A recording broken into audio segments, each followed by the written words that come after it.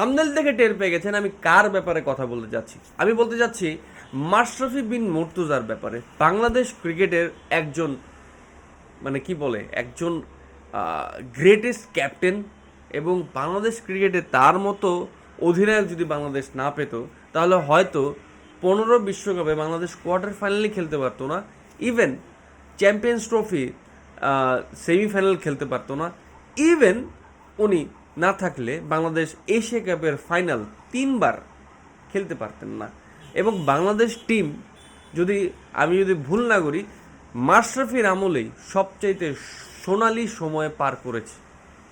সোনালি সময়ে বুঝেন তো, সোনালি সময়ে বলতে আমি এমনটা বলতে চাচ্ছি বাংলাদেশ টিম অস্ট্রেলিয়া হয়ে যায়নি, বাংলাদেশ টিম বাংলাদেশই ছিল, কিন্তু দলটা ফাইট করেছে টিল দ্য এন্ড, মানে একদম পুরো শেষ ম্যাচের শেষ বল পর্যন্ত ফাইট করেছে বাংলাদেশ টিম।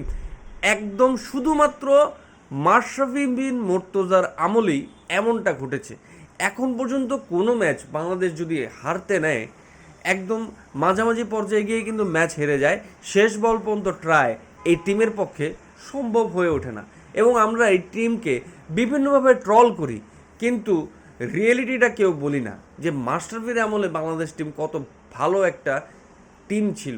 এবং তখনকার সময় বাংলাদেশ টিম একদম লাস্ট বল পর্যন্ত ফাইট করতো, এবং সেই ফাইট দেখা যেত ভাই, মাঠে দেখা যেত, বডি ল্যাঙ্গুয়েজে দেখা যেত, যা এখনকার দিনের ক্রিকেটে দেখা একদমই যায় না।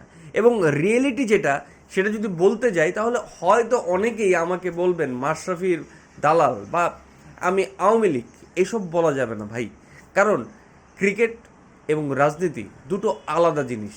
আমি ক্রিকেট সম্বন্ধে আলোচনা করছি, রাজনীতি না। সো যারা রাজনৈতিক আলোচনা শুনতে চান তারা আমার ভিডিও স্কিপ করতে পারেন। আমি মাশরাফি বিন মুর্তজার ভক্ত, এবং আমি কেন, আমার সাথে অনেকেই মাশরাফি বিন মুর্তজার ভক্ত।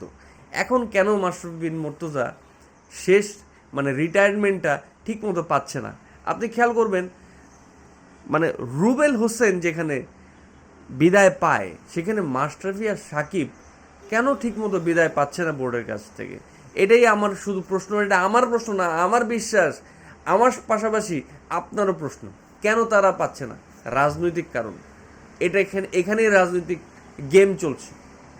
কিন্তু যদি রিয়েলিটি ফ্যাক্ট চেক করি তাদের কিন্তু এই রাজনৈতিকভাবে অতটা সংস্পর্শটা ছিল না, এত কিছু ছিল না যেটাতে তারা মানে এভাবে কালার হয়। দেখেন মাশরাফির সাথে কিন্তু অন্যায় হয়েছে বলতে হবে, অন্যায় হয়েছে, কারণ সে এমন কিছুই করেনি যে তার বাড়ি পুরায় ফেলতে হবে, তার বাড়ি কোনো রাজনৈতিক টাকা দিয়ে করা না, সে অ্যাজ এ ক্রিকেটার আর্ন করা টাকা দিয়ে সে বাড়ি করেছিল।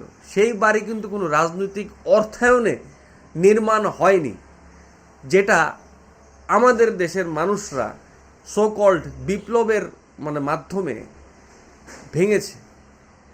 সো আমার সাথে অনেকে একমত হবেন, আবার একমত নাও হতে পারেন। দেখেন এটা যার যার মতামত, আমার মতামত জানানোর স্বাধীনতা আছে, সেই স্বাধীনতা থেকে আমি বলছি যে মাশরাফি বিন মুর্তজার সাথে অন্যায় হয়েছে ভাই। তার ক্যাপ্টেন্সিতে বাংলাদেশ খুব ভালো খেলতো, এবং অ্যাজ এ ক্যাপ্টেন তাকে এতটুক সম্মাননা ডিজার্ভ করে, এতটুক সম্মাননা সে ডিজার্ভ করে। দরকার ছিল ভাই, এন্ডিংটা ঠিক করা দরকার ছিল। আমি মনে করি যে সাকিবকেও দেশের বাইরে আপনি দেশে না আনতে পারেন, ওকে ফাইন, দেশের বাইরে একটা বিদায় দেন, স্ট্যান্ডিং ওভেশন দিয়ে শেষ করে দেন, তার ক্যারিয়ারটা শেষ করে দেন, ফাইন।